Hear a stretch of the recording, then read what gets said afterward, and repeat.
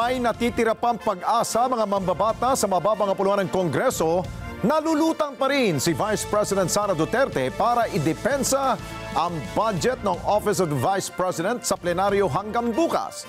Ito'y matapos na isang tabi ng mga mambabatas ang liham ng pangalawang Pangulo kung saan ipinauubayan na niya sa Kongreso ang kapalaran ng kanilang budget. Kunin natin ang live report ni Vic Sumintap. Vic?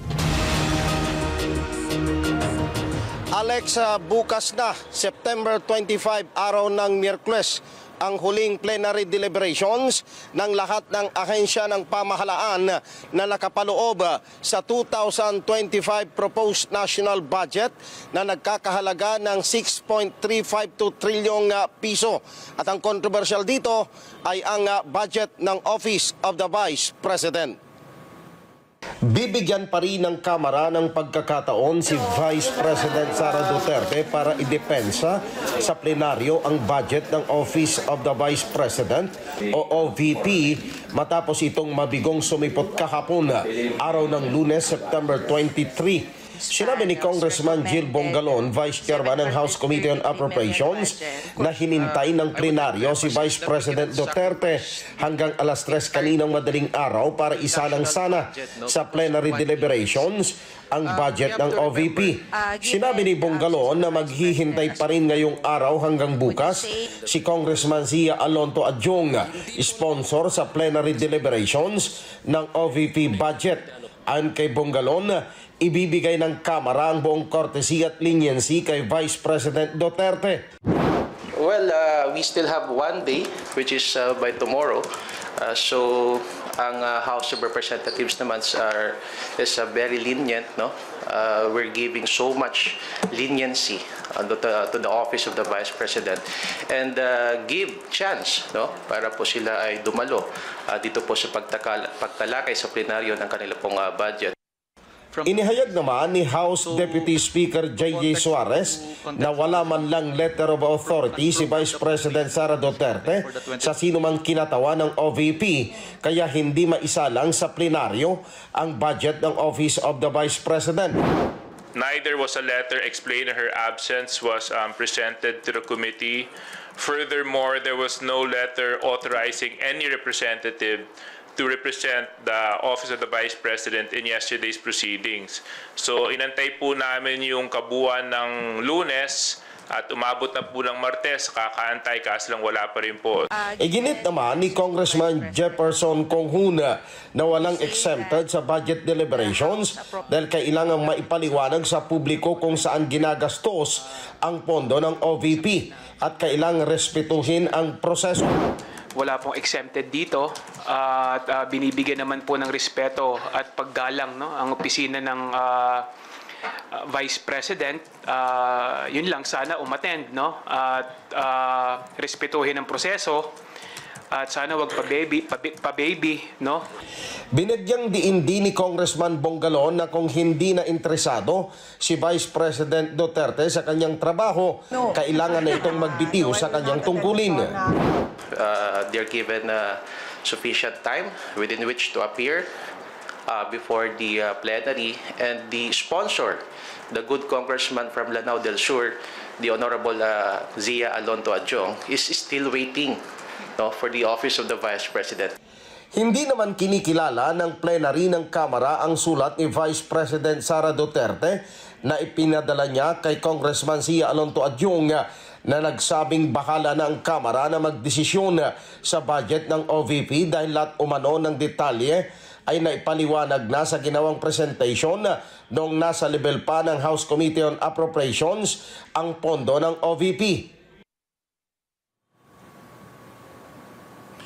Alex, inamin ng mga kongresista na miyembro ng 19th Congress na ito ang kauna-unahang pagkakataon na isang head ng agency ay deliberately o sinasadya na hindi siputin ang plenary deliberation ng kanyang sariling budget.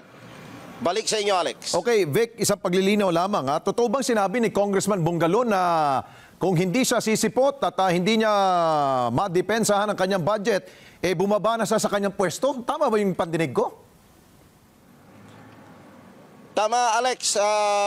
Doon sa karugtong nung sound on tapes natin, nandun yung sinabi niya dahil tinanong, papaano yan si Vice President? Dahil may mga lumabas, Alex, na si Vice President sa kasagsagan ng budget deliberation na hinintay hanggang kaninang madaling araw, may mga lumabas sa social media na siya ay isang nasa beach resorts dyan sa Bicol Region. Ayun. First time ko kasi narinig na may isang mambabatas na nagsabi na bumaba sa pwesto ang isa sa pinakamataas sa posisyon sa ating gobyerno. Tama, Alex. Ganun nga yung sinabi ni Congressman Jill Bungalon na tumatayong Vice Chairman ng House Committee on Appropriations. Pero nilinaw niya, hindi yan yung posisyon ng Kamara, kundi personal niyang pananaw yon bilang miyembro ng House Committee on Appropriations. Okay, pangalawa, Vic, dahil sa committee level pa lamang ay meron ng anunsyo na talagang babawasan ang kanilang budget ng OVP. So ano ang magiging pagbabago kung siya ay haharap sa plenaryo? Kung siya ay haharap sa plenaryo, pwede siyang umapila doon sa period of amendments.